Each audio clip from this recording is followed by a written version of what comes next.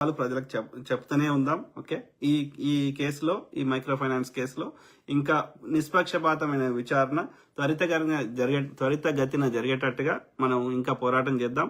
బాధితులు వాళ్ళ డబ్బులు అట్లీస్ట్ తక్కువ వీళ్ళు దోసుకున్న అన్ని తేవగలిగితే తెప్పించి, ఒకవేళ తక్కువైతే ప్రభుత్వాలు, కేంద్ర రాష్ట్ర ప్రభుత్వాలు ఇద్దరు ఎంతో కొంత ఆర్థిక సహాయం చేసి అట్లీస్ట్ వాళ్ళు కట్టిన వాళ్ళు కోల్పోయిన దాంట్లో సగమన్నా వచ్చేటట్టుగా ప్రయత్నం చేయాల్సిన అవసరం ఉంది. అందుకు మీడియా కానీ, అట్లనే ఏమంటారు శాటిలైట్ ఛానల్ కానీ, ఈ యూట్యూబ్ ఛానల్ కానీ, అదేవిధంగా ఈ యొక్క సోషల్ యాక్టివిస్టులు కానీ, సామాజిక ఎవరైనా సరే అందరం కలిసి, ఈవెన్ రాజకీయ పార్టీలైనా సరే, ఇది ఇట్లాంటి పునరావృతం కాకుండా కాపాడుకోవడం.